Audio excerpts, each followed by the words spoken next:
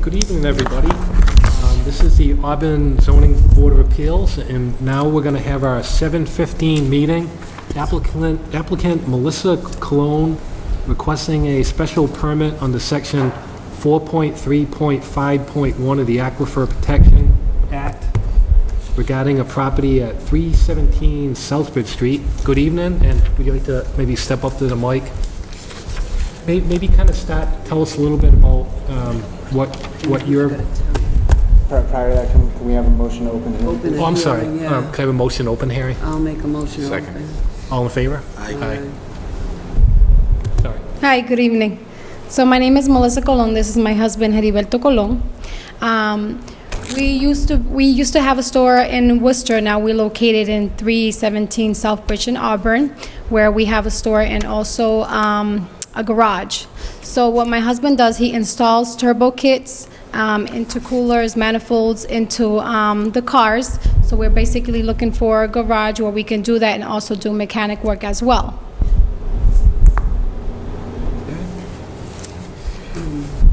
Through the chair to ask some questions. Oh, sure. If there's any questions from the board for the applicant. Do you rent the whole downstairs of that building, or? Just the bottom. Yep, we The- rent, yep, half. We rent half, sorry, Half of the building, so in the bottom. the garage is unit 5, and what do you rent, unit 4? Is it 4 and 5 that we're renting?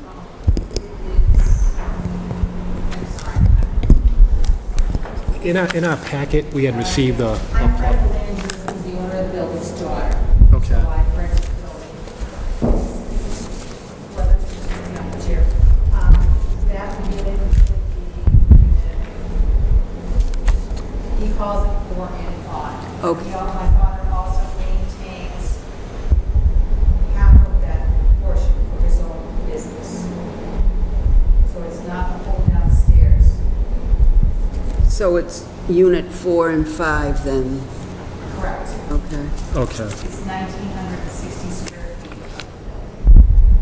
Okay. On the parking, it says, they share 26 parking spaces with other tenants. Do you have a plan on a parking plan, or? Well, of the parking spaces that are there, currently, my father, Can you, like, go up to the microphone, would you mind? of the parking spaces that are there, currently there are, with them being in that space, there are no other tenants outside of my father in the building. My father only uses one spot to run his business, which is doing the wheel business. Currently, there are 2 other spaces upstairs that are currently not rented. Right, okay. So they'd all share those 26 spaces, or, That is correct. but you don't have a parking plan or a plan of the lot with the parking spaces designated? They will all share the parking spaces for the building itself. Right, right. But you don't have a site plan with the parking spaces designated, the number of spaces, 26 spaces? Well, all the parking spaces go with the property. However, they are not designated that so many spaces per each space. They all share together. Okay, I'm just asking that because a few of us have measured and we all got different numbers and nobody got 26, so... Okay, how many did you get?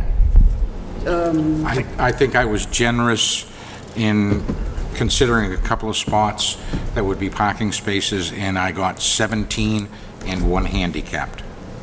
Okay, because when he put the berm across the middle of the front of the building, that created 4 spaces, because with the berm, there would be 2 spaces on either side of the berm, right directly in front of the building, along with the spaces that, if you are facing 317 Southbridge Street, there were spaces on the left of the building, along with the spaces along where the property divides between the next building, which I believe is 319 Southbridge Street, and then some spaces behind the building. Now, the spaces that you refer to in the front of the building, it's clearly marked there, no parking.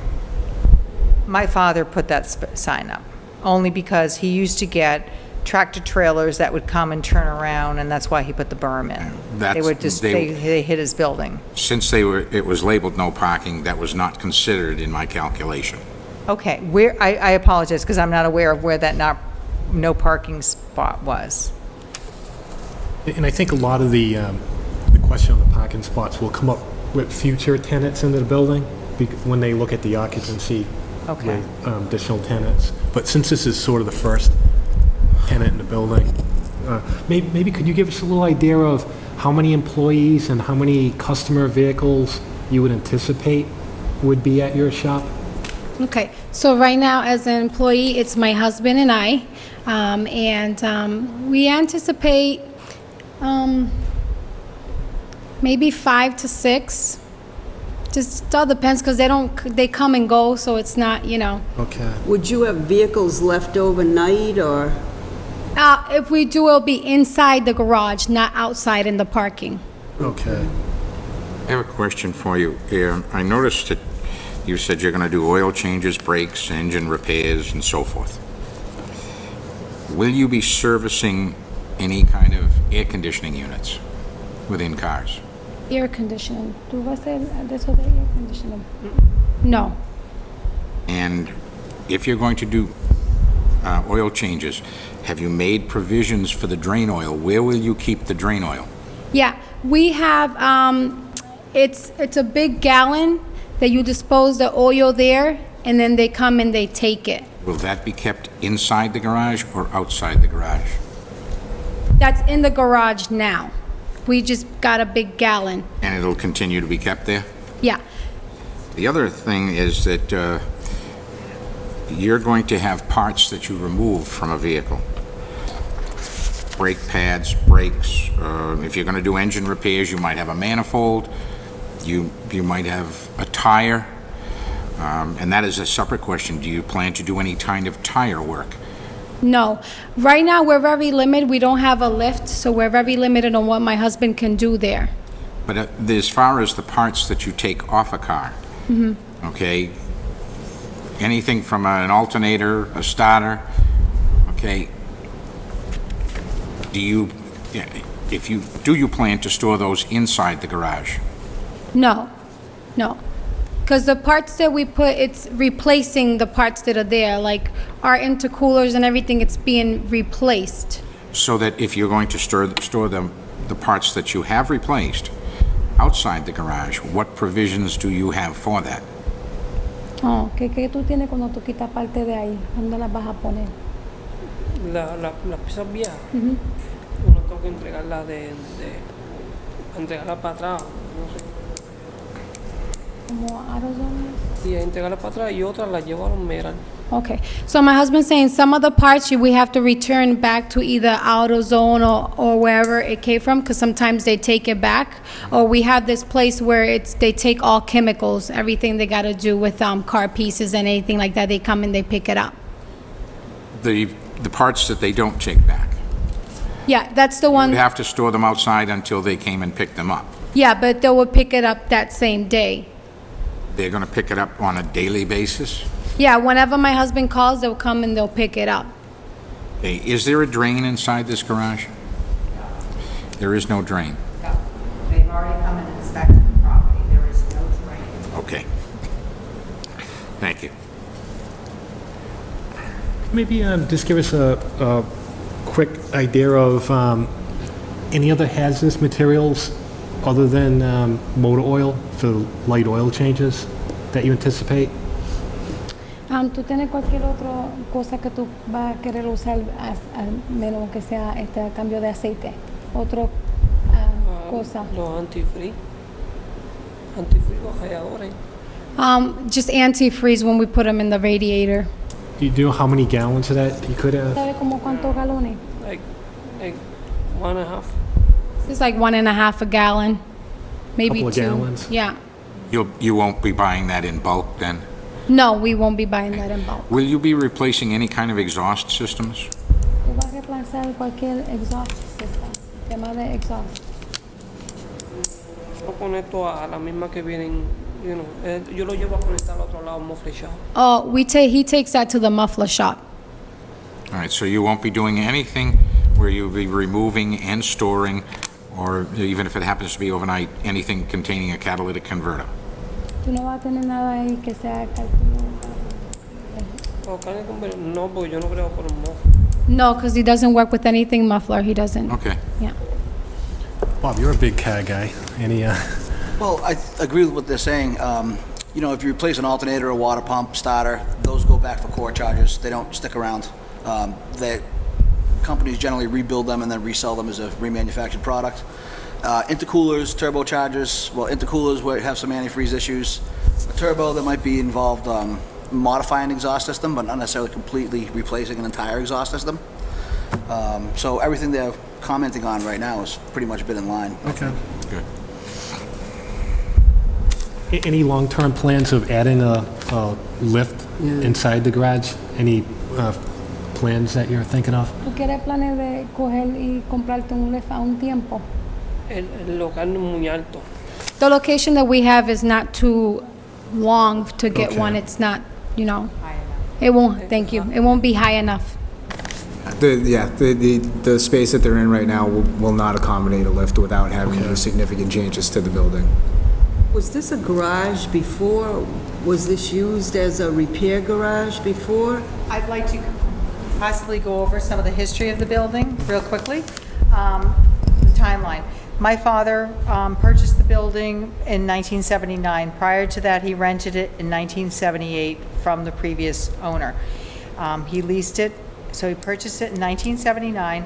In 1981, he had put an addition on the building, had his retail unit at the street level, and now he's had the garage. He relocated his business, which was House of Wheels, to the lower level, and he began at that time installing auto and truck accessories, as well as tires and wheels that it sold in the new garage space. He also, at that time, rented the 3 units at street level to other retail businesses.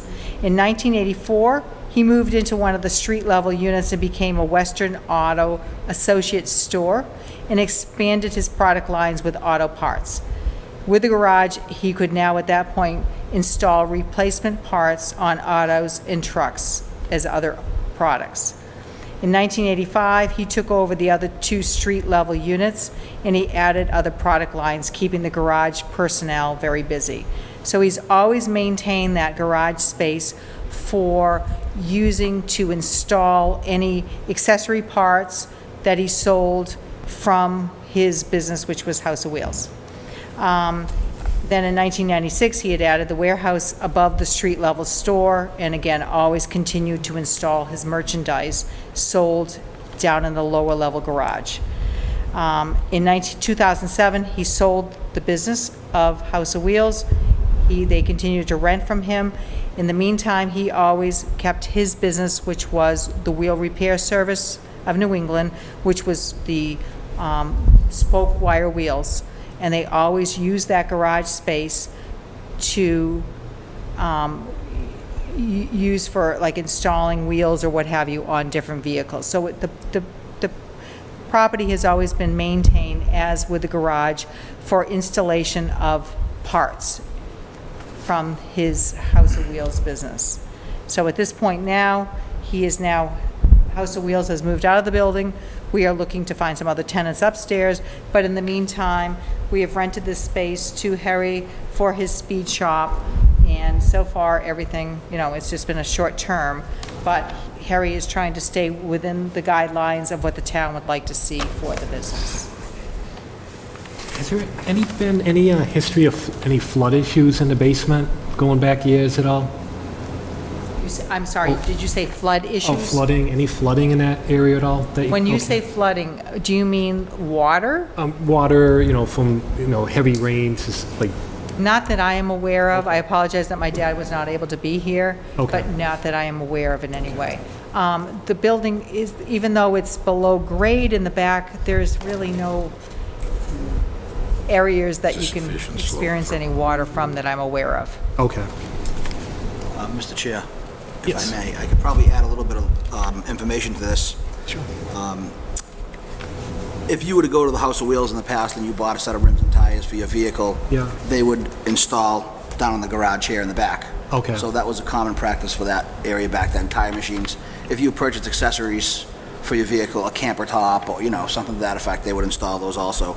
Now, if I'm not mistaken, I believe Mr. Belanger now, in this Unit 3, he does the antique wheel lacing, correct, still? That is correct. Okay. Yes. So what he does is, it's pretty rare skill to have these days, but they'll take like a Model A rim, something that had actual metal spokes in it. They'll ship them to him via UPS or other means.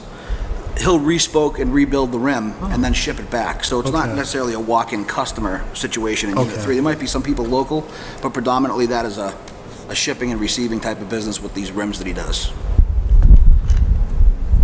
Thank you. I'm impressed with your knowledge. I gotta do my homework. Yeah. I'm impressed. Any other questions by the board members?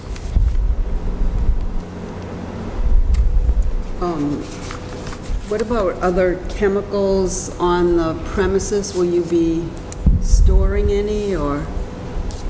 Chemicals? No. For example, if we ever have a like an oil spill from anything, we have this thing there. It's like a sand you put in, it dissolves it, you pick it up and you toss it in the bin. But no, we don't.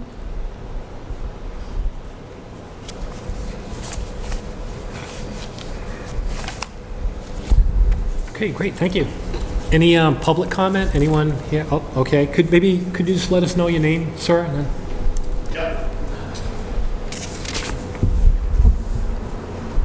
My name is Scott Vo. I live at 53 Harrison Ave, and we are the condo managers over there.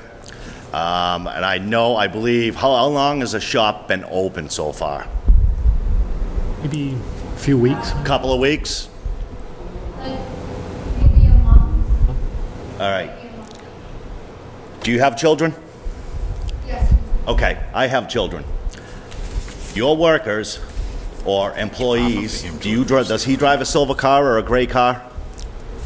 Okay, so there was a friend down there that you guys were working on his car the other day and flew by my house doing about 60. And all I hear is the engines revving all day long down there. All the, just the noise and the revving of the engines. And I swear, the Auburn Police will be making frequent visits down there if you do not slow down going by my house on Harrison Ave. And I am not the only complaint over there. I do know a few officers in the town. They will be down there quite often if that revving of the engines and speeding up and down my street does not stop. We'll give you a chance.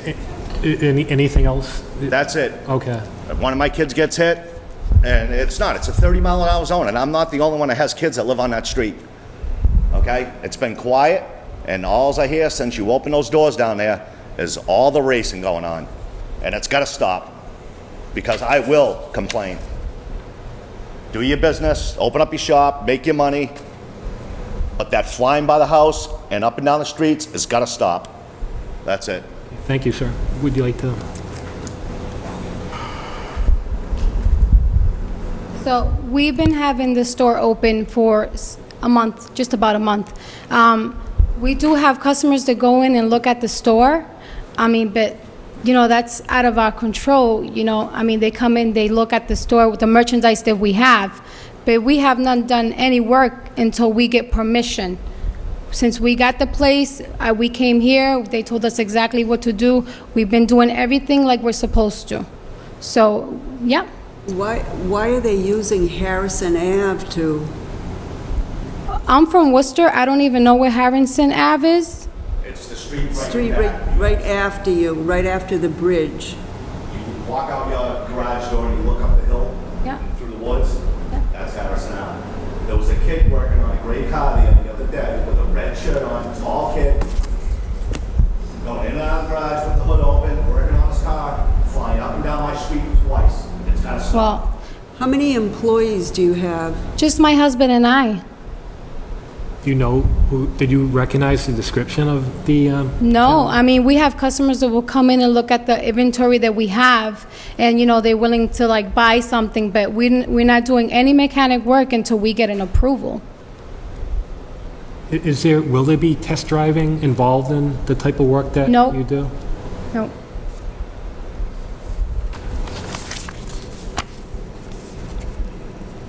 I think you look like you want to say something. So, I just don't understand, because again, it's just Harry working in the shop. I've been there on occasion with my father visiting the shop. There are no other employees. He works on the cars. So if anyone is driving up and down the street, and you can look through the woods, you can see from what this gentleman had stated for the condo complex. I've seen it standing back there.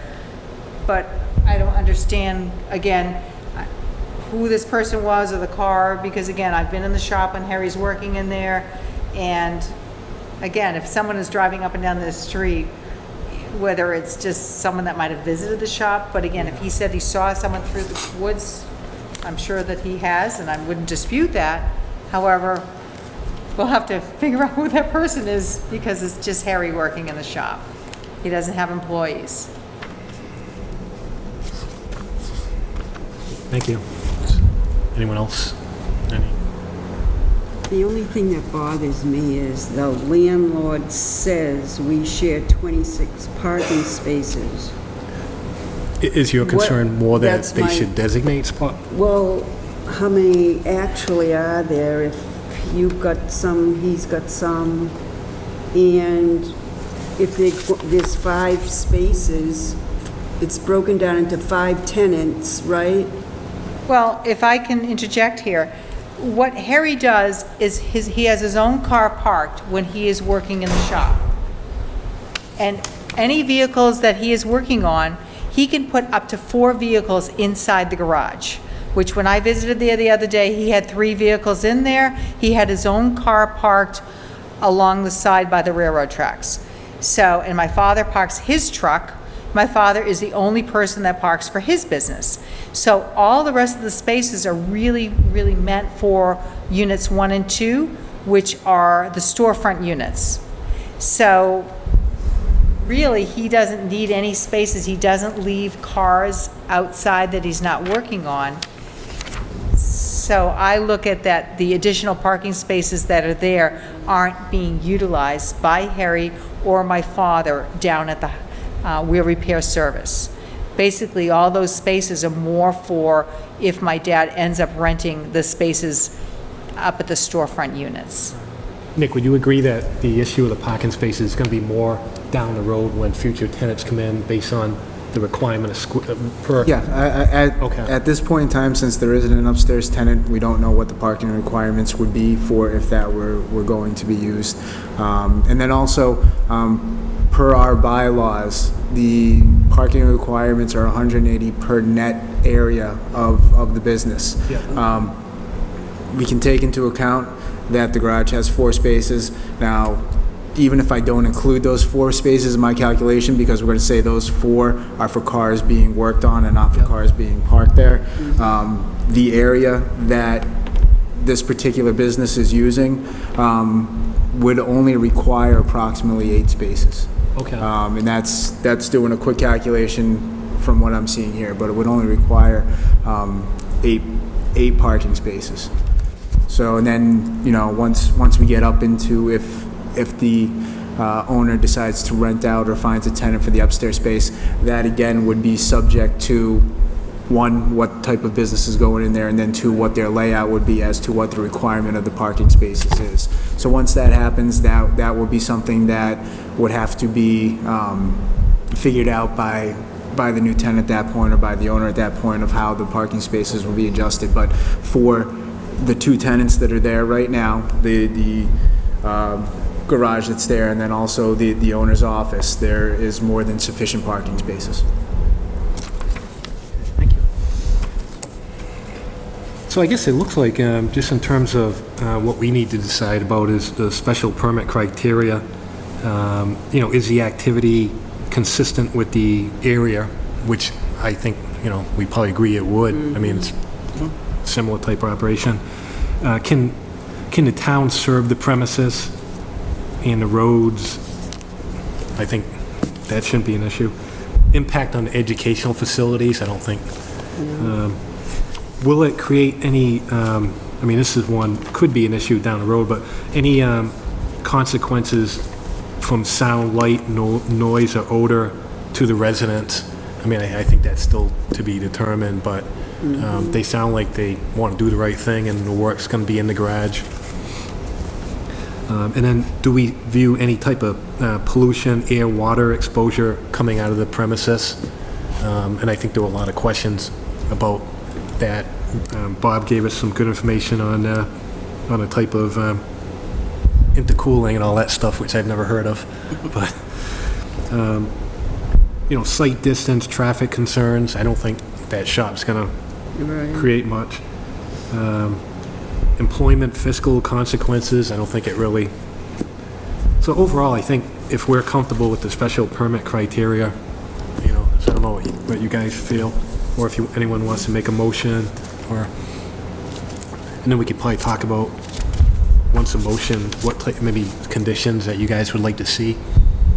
I'd like to make a motion that we grant a special permit for the automotive service shop at 317 Southbridge Street, Auburn.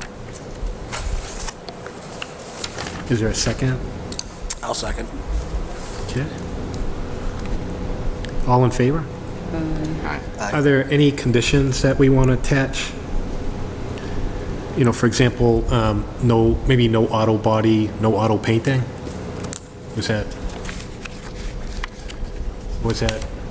sort of, That would require hazardous That, chemicals. I was gonna say that would require additional permits on that Okay. point. The I don't repair want to, mechanical wouldn't be covered underneath that. That would require another set of permits to do that. okay, I don't want to attach a special condition, however, Yeah. I would, because of the gentleman who spoke, I would probably offer an opinion that use of a air ratchet gun outside can be loud at times, and so that it probably wouldn't be a good idea to do that outside of the garage from a noise perspective. or maybe even make a condition, all auto repair will be done inside the building? Yes. Yeah, everything is Okay. going to be done inside the garage. Nothing's going to be outside the garage.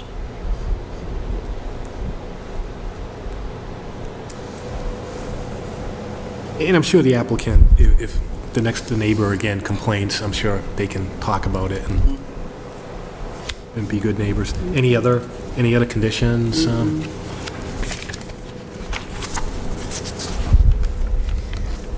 Okay, so I think, you know, the motion is passed.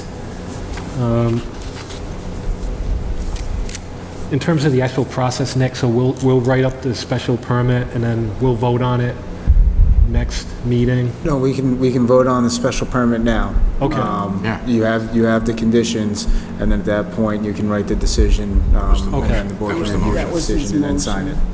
And then is there a 20-day appeal period in case Once, somebody... once the decision has been signed by the board, it gets Okay. logged in with the clerk's office, and then the 20-day appeal period starts. Okay, So at that point in time, if any residents or people have a reason to appeal it, they have that option. great. No, thank you, and, you know, good luck.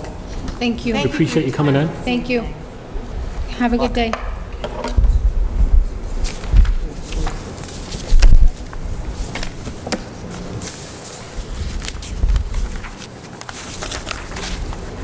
Marcia's gonna get out and get a turbo kit next week.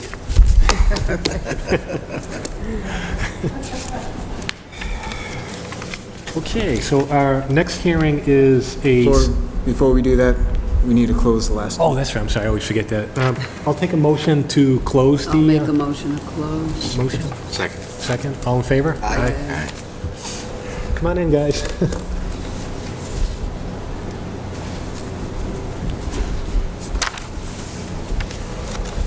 I'll make a, oh, good evening.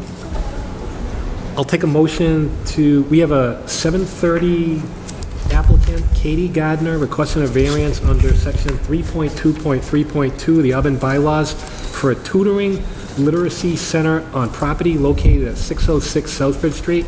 I'll take a motion to open the hearing. I'll make a motion to open. Is there a second? All in favor? Aye. Welcome, and maybe one of you guys want to, or both of you come up to the mic and maybe give us a little summary of what your plans are.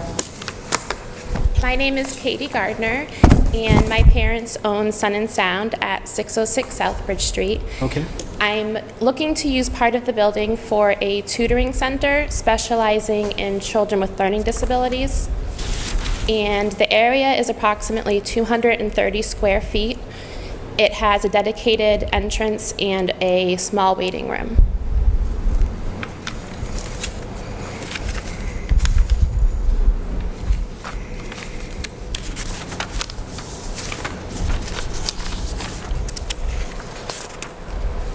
Okay, is this your first venture into the business? Yes. Okay. I've been teaching for 10 years, and I have a master's degree in education. Okay. And I'm getting a second master's degree in literacy. And I'm a licensed teacher in Massachusetts. Okay.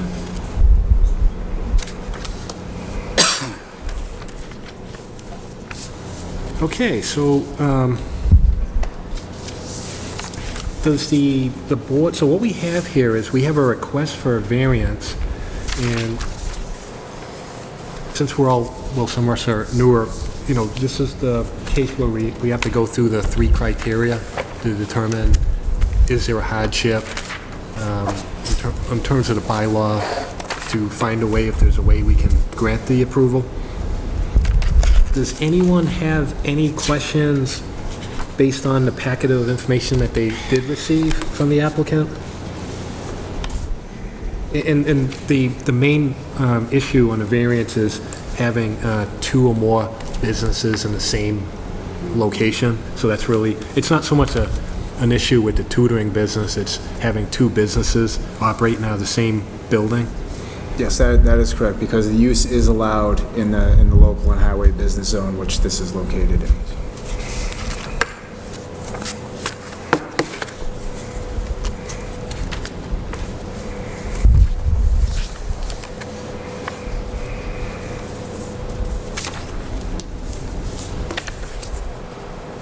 So in order to, we're just kind of like talking through it to see if there's a, so what we need to come up with is there a hardship that you can see with that location from soil, topography, the lot? So we're just trying to find, is there some reason that we should grant the variance to the bylaws?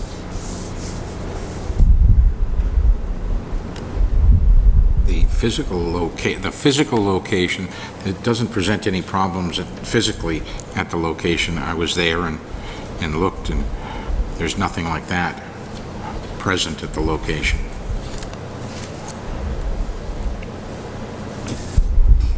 Could I ask, is your plans, long-term plans, and when I say long-term, say 1 to 3 years, is it to expand at that location, or is it to start at that location, sort of get established, and then try to move into another location on your own?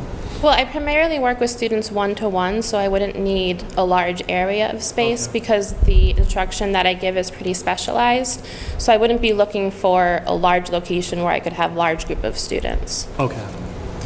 How about, I know a question I was thinking of, maybe trying to think of it, I guess traffic wouldn't be a big deal because, like you said, it's only one-on-one. What would the typical hours be for the tutoring? Typically during the school year, it would be after school hours and Saturdays, and during the summer, it would be during the day. Okay. So I guess we can see it doesn't really have a negative impact on the area or whatever. It's just a matter of, from precedent from prior variances, do we see any type of hardship that would warrant To the land. to the land? what we're trying to do is, when you grant a variance, you have to be able to support it with court-tested justification.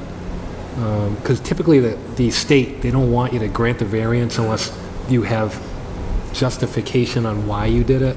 Because if anyone ever, I don't think anyone would, but if anyone ever appealed it, if they ever looked at our written decision, they would throw it out if we didn't have good justification. So that's sort of our struggle.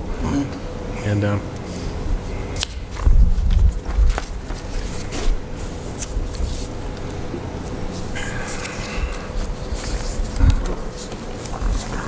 I jotted down a couple of things. I'll throw them out and see what you guys think. Yeah. Possible hardships. It's in the Aquifer 3 district, so in terms of what you could use the premises for is pretty limited. It's in a pretty bad. When I say it's in a bad location, not from your father's business, but more from the way we look at it from traffic. It's at a real tough intersection. It is. So, like, from a site plan, I think it'd be pretty tough to put a business in there, because say you wanted to put a Dunkin' Donuts in there, you'd never get it approved. It's in a real bad area with the Mass Pike and then that traffic right there. The land itself, it's pretty narrow, so I don't think there's a, if her father's business moved out, it'd be tough to find another business that could go in there.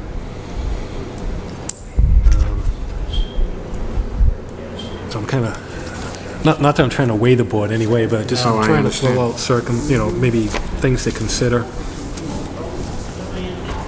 Because our options are to either disapprove it because we can't find a hardship, or to approve it, but then if we approve it, we have to state some reasons why we feel there's a hardship.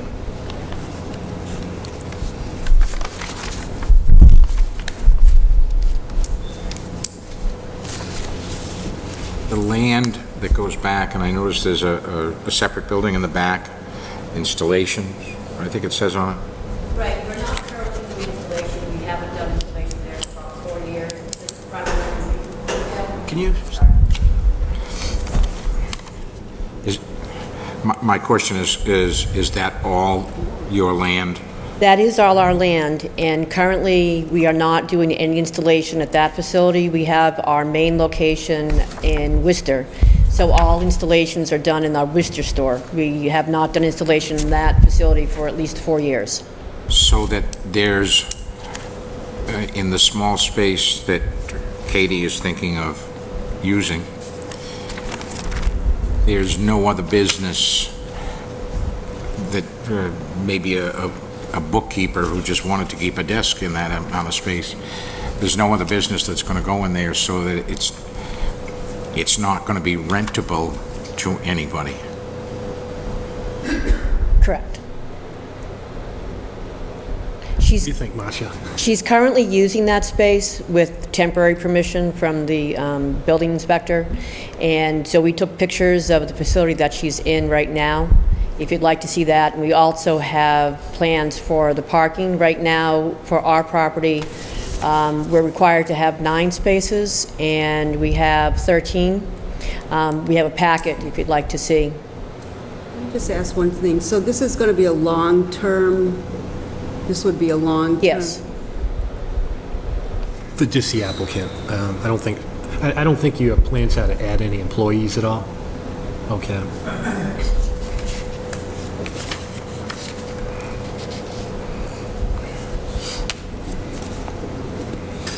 I don't see a hardship to topography, to shape, to me, it's like a personal, Right. Well, the fact that there is a dead space area in the building that's not able to be utilized for anything else or produce any income. that's financial.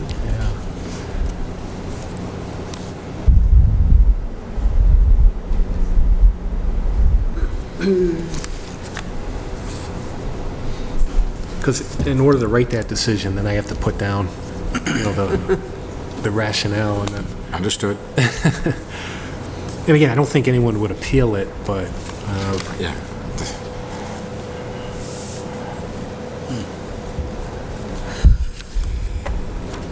oh, you can kind of see from the street there, it's a tough intersection right there. Would you like to see the area that's being used presently? Sure.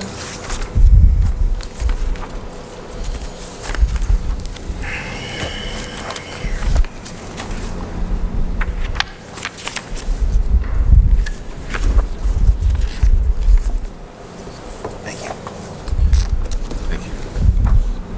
Thank you.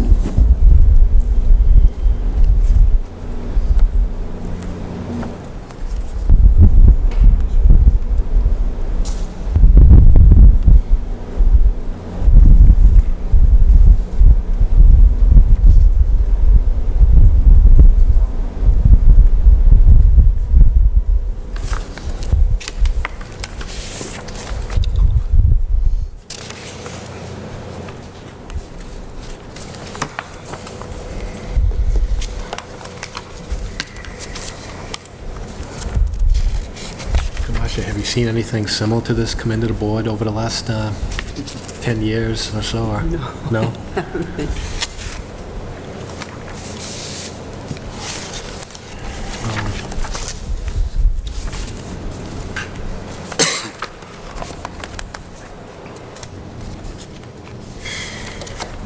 I think we should probably explain to them what criteria has to be met.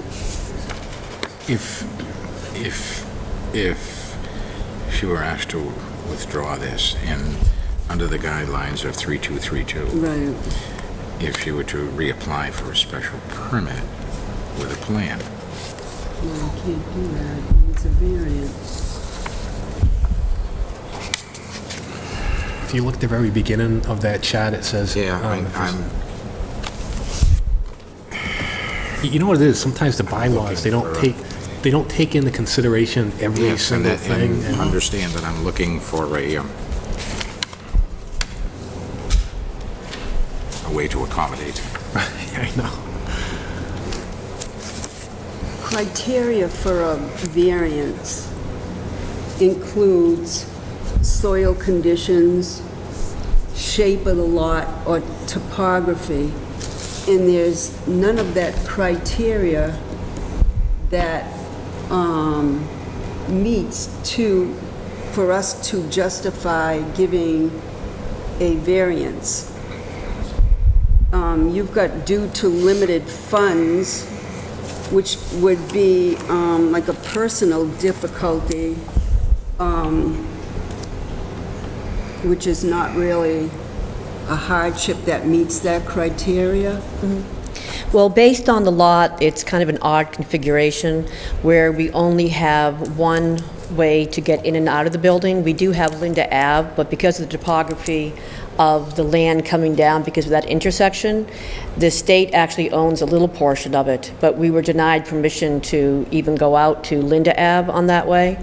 And the way that it's set up right now is that it would be hard, as you said, because of the location, to ever get approved to rent that location for Dunkin' Donuts or something that would bring in extra income because of the traffic flow there. It would not support a higher a building that would incorporate much more traffic flow into it. So by having a little tutoring center there, it's limited to the number of people that would be coming in for one at a time.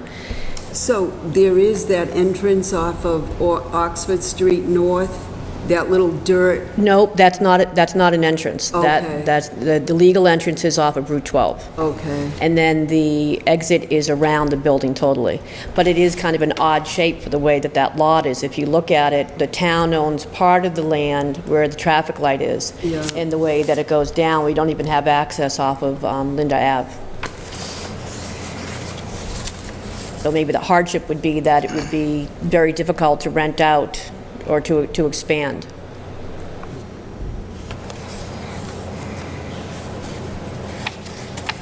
So essentially, part of that building is, that she would be using is dead space.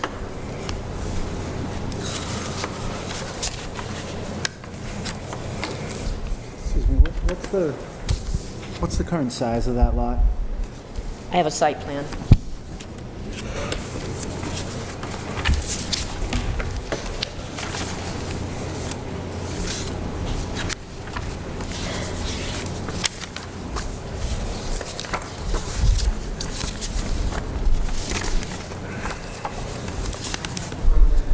Thirty-four thousand square feet. Yeah, I didn't get that. I would think.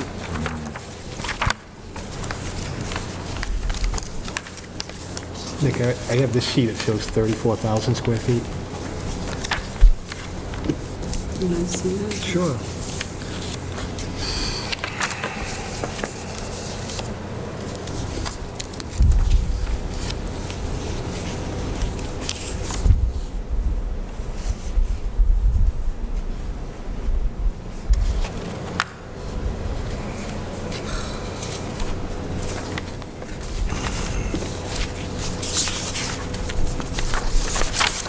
So what do you guys think? Any, I think we all agree we'd like to see it approved, but it's just a matter of, can we justify it? I think what we're struggling with.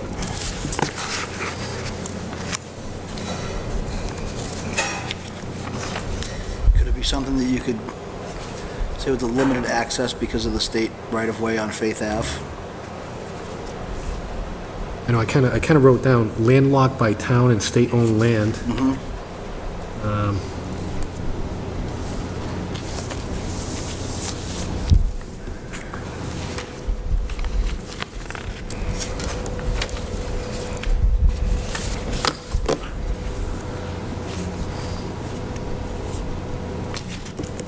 What do you think, Marcia? Are we stretching it?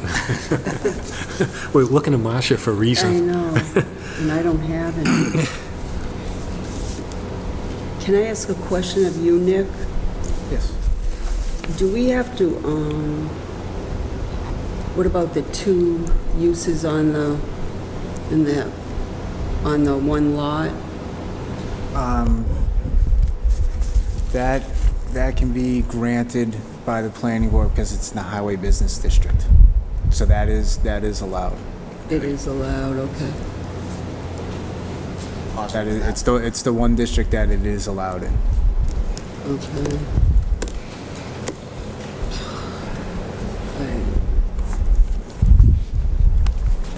I'm just struggling with The one item, as Ed did point to, Mr. Chair, was that this is in the Zone 3 aquifer. This is a positive use for a Zone 3 aquifer. Yeah. Right. Yeah. There are additional uses that in a highway business district are allowed on this site and that could possibly put on this site that would require significant more relief be required because it is in the Zone 3 aquifer. Right. The fact that this is a use that doesn't require relief from the Zone 3 aquifer right. shouldn't exempt them from having the aquifer as a hardship. The fact that they're working within their hardship to not require additional relief should be something that the board can consider. I like that. Yeah. So, given the Zone 3 aquifer requirements Yeah. and the fact that the landlocked situation with the Yeah. town and state-owned land on Faith Ave, and based on the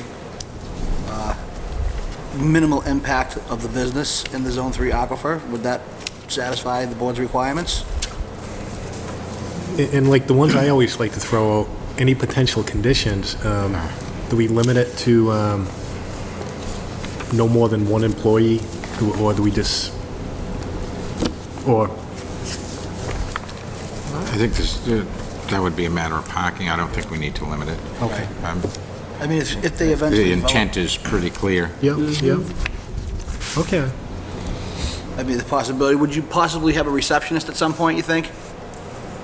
I don't see that at this point, because like I said, it's limited to a small number of students with Okay. the specialization that I'm working with. So I don't anticipate Dad's at this for. point. Right. That's right.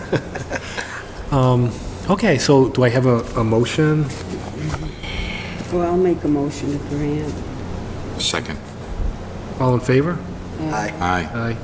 Okay, great. It's 4-0, so it passes. Thank you so very much. much.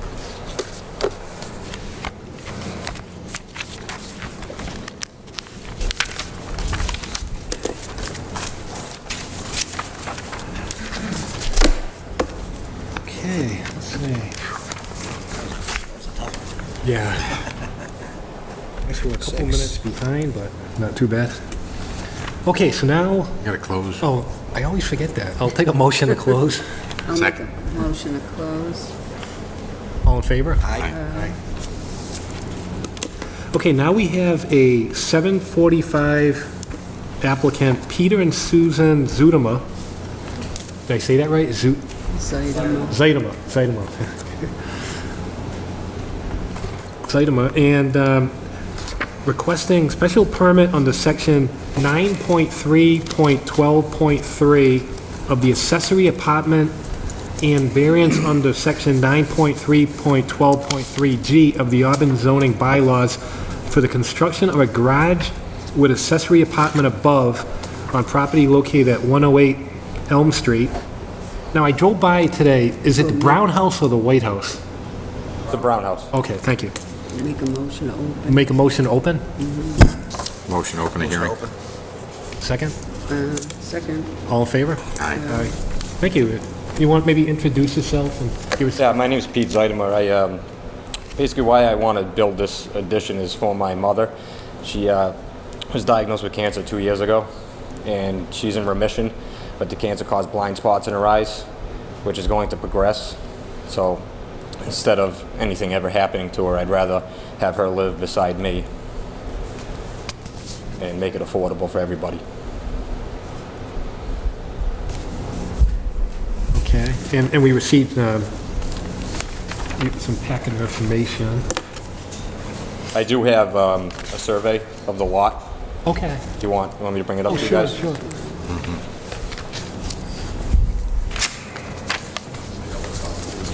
Okay, great, thank you. Thank you. Thank you.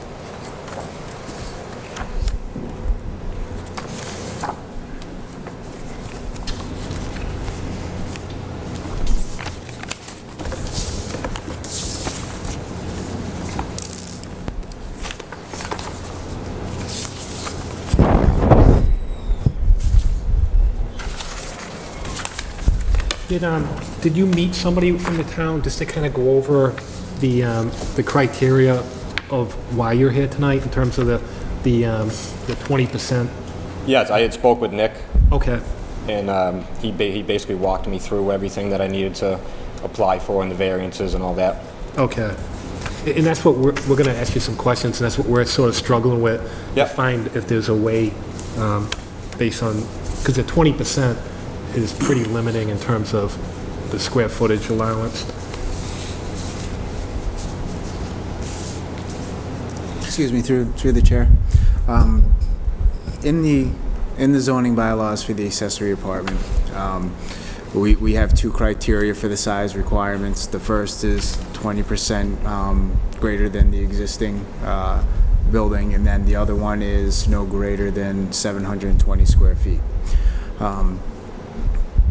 I've had some discussion with how that portion of the zoning bylaw was written and what the intent was for that. The intent with the 20% was if somebody was specifically adding on building out a house. So if somebody had a specific house size and they were adding on a room to the back of it as part of the accessory apartment, that's where the 20% would come into play for that number. This and other situations like this apply to the 720 square foot reference because we're looking at this where we're looking to adding a garage on top of this and then build the accessory apartment above it.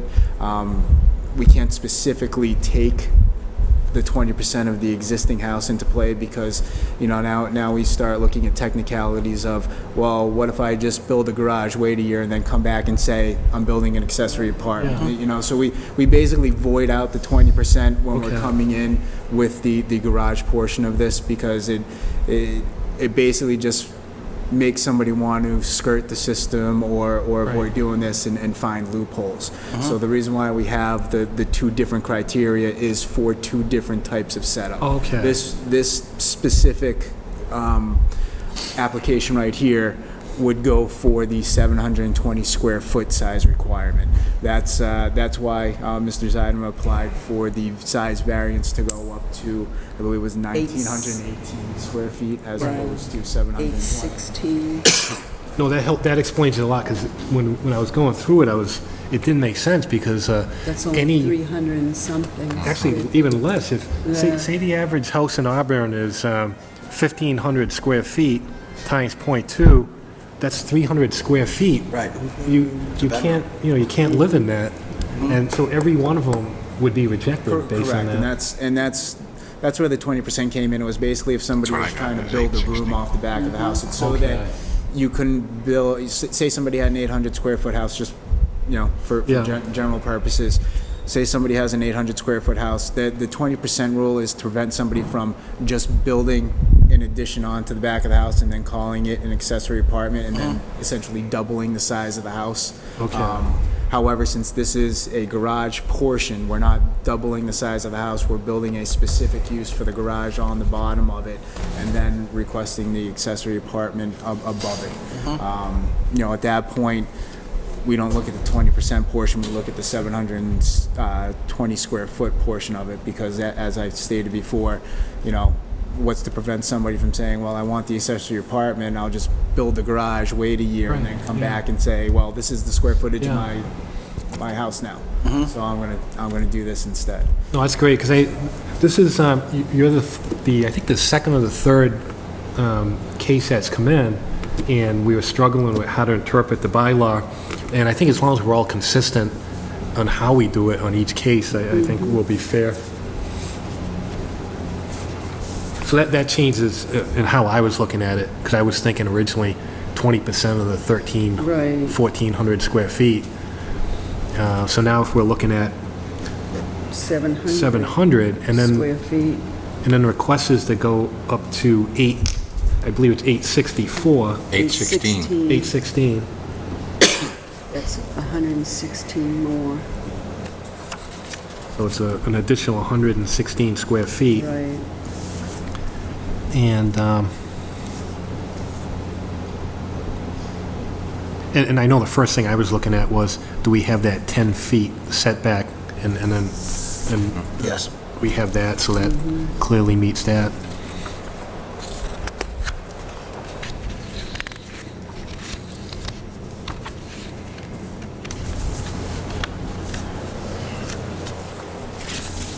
Did anyone have any questions for the applicant? I have a question for you. Will there be, the garage portion will be on the lower level? Yes. Will there be any kind of passway, door, whatever, from the existing house into that garage? Yes. There will be. Yes. Before it's attached. I'm satisfied. I'm satisfied. And there will be a second exit for the apartment coming off the deck, off of the living room, and with a set of stairs that goes down to the backyard. All right. Just to ask you one thing, the requirement is 700 square feet for an accessory apartment. Now, the garage is 24 by 34? Correct. Why so large? The garage in the front is going to be 24 feet deep, and there's going to be a 10-foot storage in the back, accessible from the back for lawnmowers, yard equipment, basically to take the place of a shed.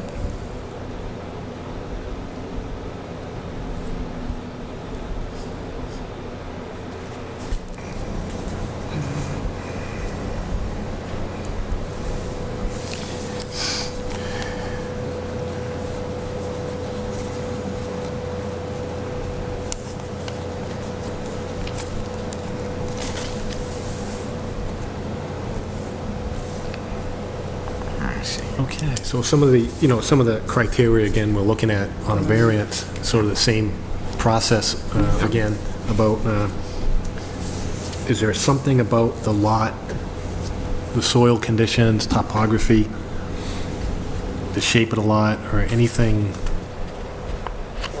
Proposed building.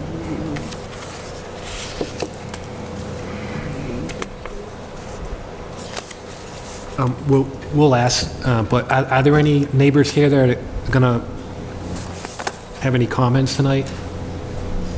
Okay, when I saw all the people, I was getting a little, I was gonna say, actually, if I may, through the chair, Mr. Steinman did drop off several letters from his neighbors. Oh, good, okay. Signed saying that they were in favor of the project. Great. And application.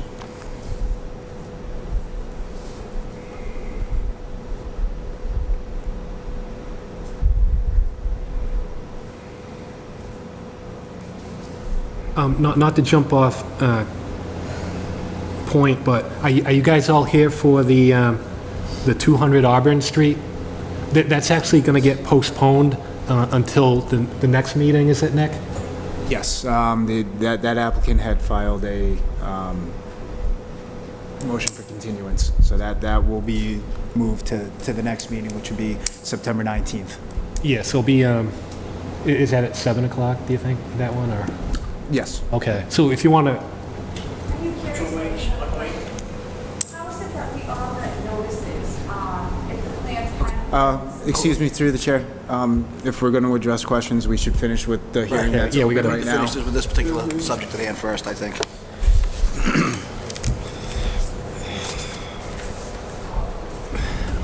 so on this one here,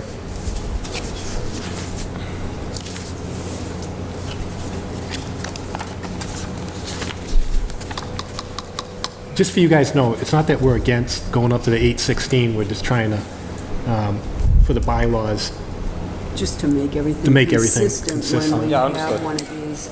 Is there any way you could make that 24 by 30?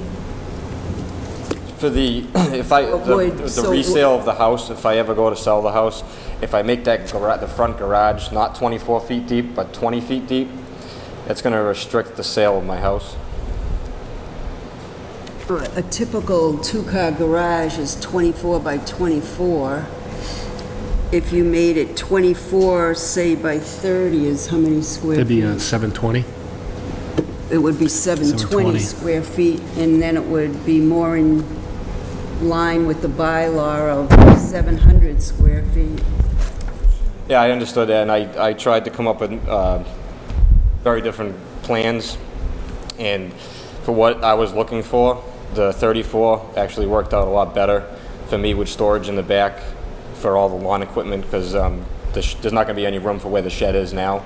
So everything that was in that, the lawn mowers and all that, would have to be stored in that. And the 24-foot deep garage in the front would serve a purpose, like my truck, for instance, is like, I think it's 19 feet long. So if I made the garage 20 feet deep instead of 24 feet deep, it would restrict me from ever having to do anything on my truck in the garage. Do you plan on taking down the existing shed that's on the property right now? Actually, that shed will actually stay, serve a purpose for tools and whatnot. That's not going to be in the storage. It's not big enough to hold lawnmowers or any yard equipment. The garage, instead of 34, would be 30 feet deep. Correct. If we brought it down to that 720. Right. But what I'm trying to say is if I have that 10 feet in the back for storage, 10 foot wide, that would make my front garage 20 feet deep rather than 24 feet deep.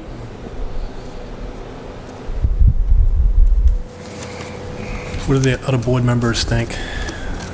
Well, I think just to be consistent with the yeah. others that we approved. Right. Because some of the other ones, I think I had jotted down some notes. One we approved was, one, they went to a two-family house because they wouldn't go with the, they wanted 810 square feet. Right. 24 by 17, two-story, to accommodate elderly parent. Right. And we weren't able to do it, so they went to a two-family, the one on Pinehurst. I don't know if you remember that one. Yeah. And then Southold, they put a 678 square foot apartment in the basement, but that was like a 3,500 Yeah, square and that foot was what colonial. we went by the 20%, By the and it was 20%. right in there. And then Barber Ave, they did a 22 by 22 addition for the mother. Yeah. 484 square feet. So sort of the prior cases were, one was 484, one was 678, and then the other one, they went to a two-family. So it's up to the board, but we kind of extended beyond what we've done in the past. Were you stating that if you cut back to 30 feet, that would net you out at only 20 feet for the garage? Correct. To keep that 10-foot storage in the back, that would push my front garage to 20 feet deep instead of 24.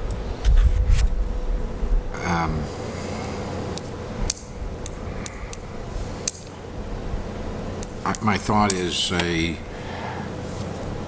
shed-type storage on the back. What would prevent you from doing that?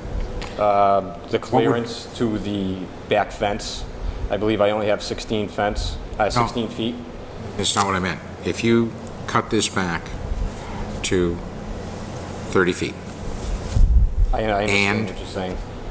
had an egress of that, in other words, you wouldn't carry it 2-story, have your shed that you are looking to have right now. That actually is a very good idea. I can still have my foundation at 24 by 34. Absolutely, you can pour the same foundation at the same At the time, roof and keep and it the- would not carry to the second story. Correct, yeah, that actually is a very good idea.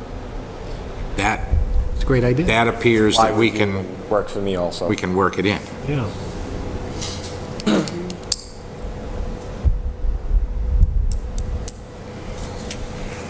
So if we did 24 by 30, again, that would be 720 square feet, which is And I think only... that's right. Would you be amendable to that if we went with the 24 by 30? I know you'd prefer the 34, but... Yeah, no, that would work for me. This would It's just going to basically affect be- your dimensions up top, but that's what we were looking to do, Yeah, just to shrink the square footage in the living space. to bring it in line with the Still have the bylaw. storage underneath. Bylaw, yeah. Yes, that would, I'd comply with that.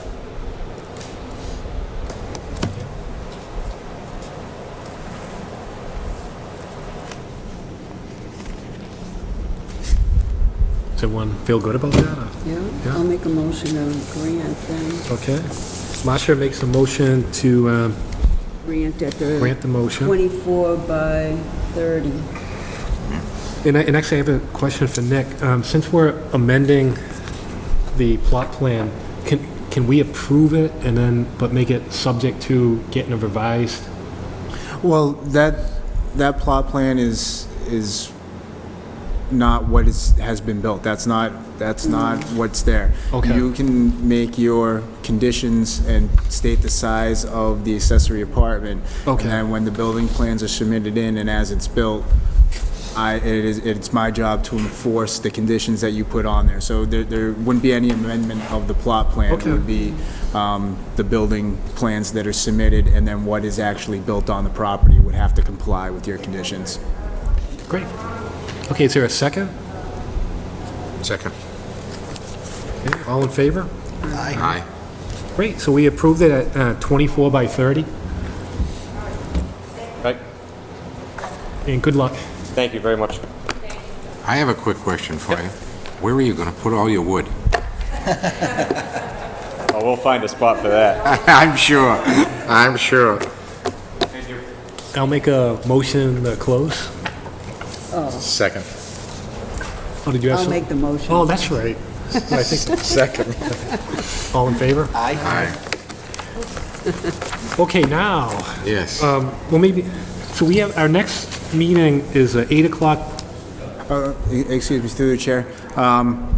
At this time, the applicant for the 8 o'clock meeting has submitted a written request to continue to the next meeting. Okay. We do not have to open that hearing at this point. We can wait till the applicant is here to speak for themselves.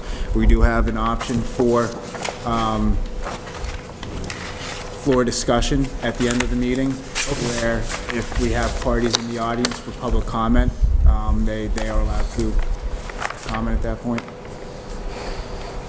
Right. And I know we also have to do the minutes. I'm getting that look from Stacy. So I think we're behind. So I'll take take a motion to approve the minutes of June 20th and July 18th, 2013? I'll make a motion to approve. Second? I'll second. All in favor? Aye. And let's see, other business. I think after we have to go in executive session, is there one on there? Yes. Okay. Can we now, do you want to? Yeah. Okay. You can open the floor for discussion. if you're- We'll open the floor for any public comment that you want to make. Could you maybe just go up to the mic so we can, I know, but everyone will see you on TV and then you'll, maybe can you just tell us your name? Hi, my name is Dorothy Champagne. I live at 19 Main Street in Auburn. I just had a quick question about the process. All of us residents got the public notice about this meeting tonight, and on that letter it stated that we would, the plans would be ready for us to come up to the town hall and view. That didn't happen, so it kind of seems like the cart was put before the horse, so to speak. How is that? Why wasn't he required to have the plan submitted and then we received the letter to come take a look? Or maybe, Nick, do you want to? Yes. If I may, through the chair. That was actually a fault of the Inspectional Service Division. We accepted the application. We accepted it in good faith on part of the applicant with the intent that he was to produce plans for us within a week after submitting his application. At that point, once we did not receive the plans after the application, we did require him to continue his hearing to the next one so that the residents had an opportunity to review any plans that would have been submitted.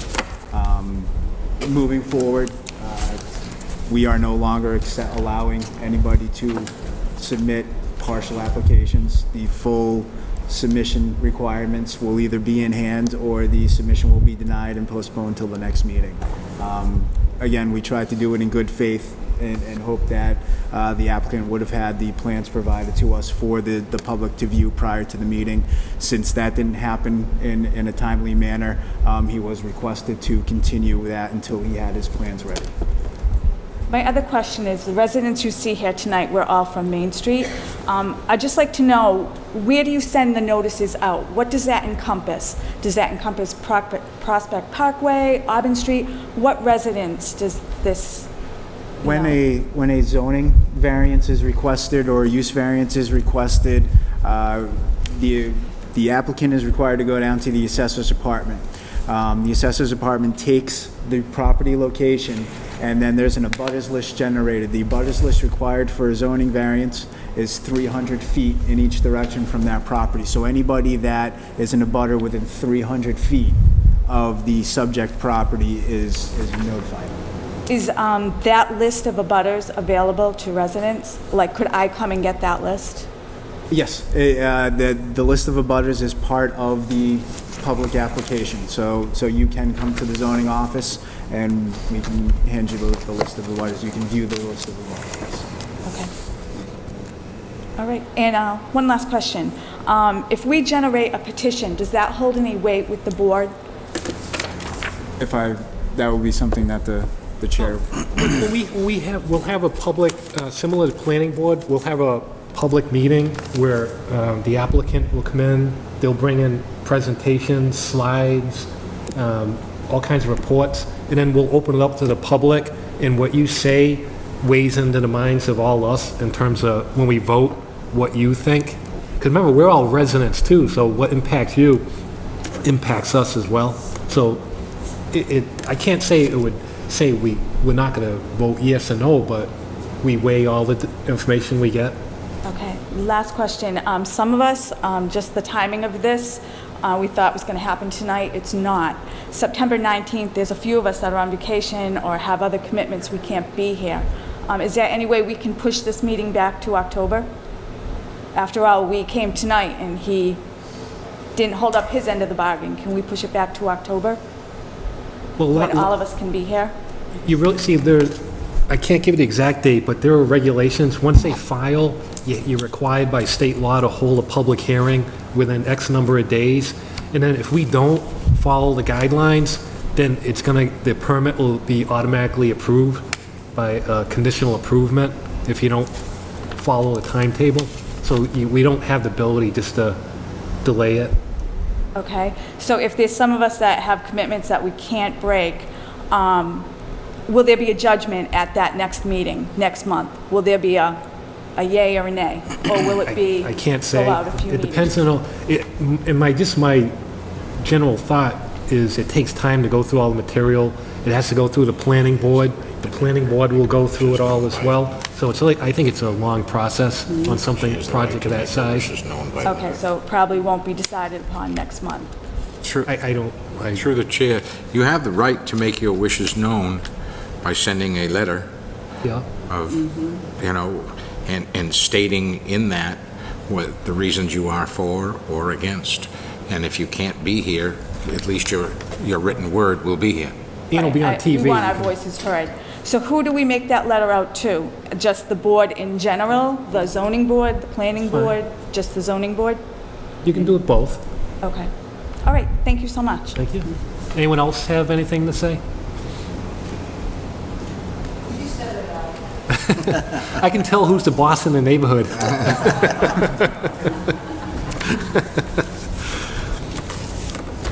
Okay. All right, thank you, guys. He is a, I was just curious. Yeah. I'm right here. I live up just the street. And I was wondering if they have to change what the zoning is for that property when, is that? No, what they would come in for, if you look in the bylaws, there's a chart, and you can see it online in the town's website. It shows what's allowed in each district. And I believe that street's the aquifer. So they have to get what's called a variance, where they have to prove to the board why they deserve an exception to the bylaw. So they would still be zoned housing office? Is that whole area is housing office right now? And that's what And that's going to be housing office, and there's you can't no housing and no office? Well, I'm just curious. you can't change zoning in a meeting. It has to go before a town meeting. Oh, but his operation is really out of the zone. Excuse me, through the chair. The two parts of the application, one is for an aquifer special permit for the gas station use that was proposed. And at this point, it's only been filed and asked for continuance. At this point, we don't even know if the applicant is going to move forward with the site. They haven't had plans developed yet. So the one is the aquifer, which is a special permit. The second is for the retail package store use, which requires a use variance. That does not rezone any portion of the land in that area. That is a specific use variance that allows for something other than what is allowed by the bylaws on that property. That's what the use variance is, and that's what they're going for, but this would not rezone that property whatsoever. Okay. Thank you. Thank you. Oh, before I read the executive session one, on the permit, do I just ask the board if they want to take a vote on the sign permit, the one I sent to Sheila? No, you voted on that. That's Okay. for your review, and I have the signature sheet Okay. for the Great. board to sign. Okay, now I'll take a motion for the ZBA to enter into executive session in accordance with MGL Chapter 39, Section 23B, to deliberate upon matters which, if done in the open meeting, could detrimentally affect the position of the town regarding strategy with respect to litigation, to come out of executive session, to return to open session only to adjourn. And then, do we have a motion for that? You don't have to read it again. I'll make a motion. Okay, and then second. All in favor? Oh, we actually got to do a roll call. Yeah. Mr. Tatro? Yes. Chacolo, yes. Thank you. Your name too, and Mr. Coleman, yes. That's just the one that's got a hard time with mine.